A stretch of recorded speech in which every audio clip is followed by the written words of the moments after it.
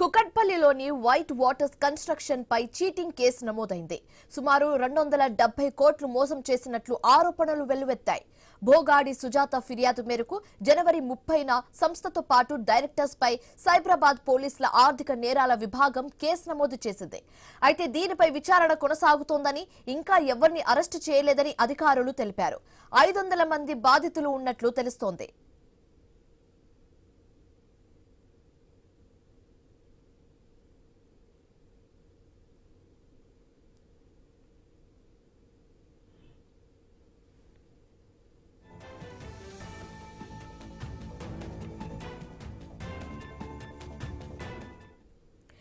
కుకట్పల్లిలోని white waters construction పై cheating case నమోదైంది. సుమారు 270 కోట్లు మోసం జరిగినట్లుగా ఆరోపణలు వెల్లువెత్తుతున్నాయి. భోగాడి సుజాత ఫిర్యాదు మేరకు జనవరి 30న సంస్థతో పాటు డైరెక్టర్స్ పై సైబరాబాద్ పోలీసుల ఆర్థిక నేరాల విభాగం కేసు నమోదు చేసింది.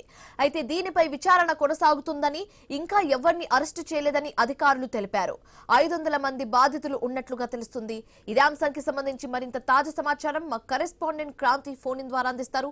క్రాంతి, మనం చూసినట్లయితే హైదరాబాద్ మహానగరంలో మరో రియల్ ఎస్టేట్ మోసం బయటపడింది. మనం చూస్తున్నాం, తరచూ ఏదో ఒక రియల్ ఎస్టేట్ మోసం బయటపడుతుందని పెద్ద పెద్ద కంపెనీలు కూడా ప్రజల్ని మోసం చేస్తున్నాయి. వినియోగదారులకి అన్ని అరచేతిలో వైకుంఠంలా చూపించేసి వాళ్ళ కాంచే ముందస్తుగా డబ్బులు తీసుకొని మోసం చేస్తున్నాయి. తాజాగా కుకట్పల్లిలోని వైట్ వాటర్ కన్స్ట్రక్షన్ అనే సంస్థకు సంబంధించిన మోసం బయటకు వచ్చింది. ఇప్పుడు ఒక మహిళ ఫిర్యాదుతోటి, భోగాడి సుజిత అనే మహిళా ఫిర్యాదుతోటి కేసు నమోదు చేశారు. మన సైబరాబాద్ కమిషనరేట్ పరిధిలోని ఆర్థిక నేరాల విభాగం ఈ కేసు నమోదు చేసింది. ప్రాథమికంగా 270 కోట్ల రూపాయలకు పైగా మోసం చేసినట్టు ఇటు పోలీసులు గుర్తించారు. దీంతో ఇటు డైరెక్టర్ సంస్థకు సంబంధించిన చైర్మన్, డైరెక్టర్ మీద కూడా కేసు నమోదైంది. అయితే ఇప్పటివరకు ఎవరిని అరెస్ట్ చేయలేదు. దీని మీద లోతుగా విచారణ చేస్తున్నారు. మనం దీనికి చూసినట్లయితే 2018లోనే ఇది వినియోగదారుల నుంచి అపార్ట్మెంట్లు అమ్మడం స్టార్ట్ చేసింది. మేము పొజిషన్ ఇస్తామని చెప్పి ముందస్తుగానే చాలా మంది దగ్గర డబ్బులు తీసుకున్నారు. ప్రయాణంగా మనం చూసుకున్నట్లయితే ఫిర్యాదుదారు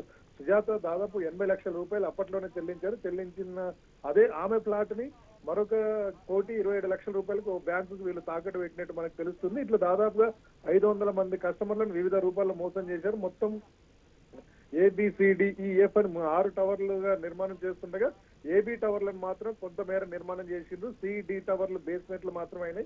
ఇక EF టవర్ల నిర్మాణం ప్రారంభమే కాలేదు. రెరా ఇప్పటికే 2 సార్లు వీళ్ళకి గడువు కూడా ఇచ్చింది. 2024 డిసెంబర్ వరకు పొజిషన్ ఇవ్వమని గడువు ఇచ్చింది. ఆ తర్వాత దాన్ని మళ్ళా మరో సంవత్సరం 2025 వరకు పొడిగించింది. ఆయన ఇప్పటి వరకు వినియోగదారులకైతే వీళ్ళు ఫ్లాట్లు ఇవ్వలేదు. అంతేకాకుండా ఇది వీళ్ళకు బ్యాంక్ లో పెట్టడం కానీ, బ్యాంక్ లో వినియోగదారులకు ఆల్రెడీ అమ్మిన ఫ్లాట్ బ్యాంక్ లో తాకట్టు పెట్టడం, డబుల్ రిజిస్ట్రేషన్ చేయడం, ఇలాంటి మోసాలకు పాల్పడ్డారని చెప్పి బాధితులు ఆవేదన వ్యక్తం చేస్తున్నారు. దీనికి సంబంధించి ఇప్పటికే చాలా మంది బాధితులు ఉన్నట్టు మనకు తెలుస్తుంది. దాదాపు ఒక 100 మంది వరకు ఉండొచ్చని అంచనా వేస్తున్నారు. వీళ్ళకి సంబంధించి ఇప్పటికే కేసు నమోదు చేశారు. కేసు నమోదు చేసి మరింత లోతుగా విచారణ చేస్తున్నారు. దీని తర్వాత త్వరలో దీనికి సంబంధించిన వాళ్ళని అరెస్ట్ చేసే అవకాశం కూడా ఉంది. Shivani, right, thanks for the updates Kranti Kumar.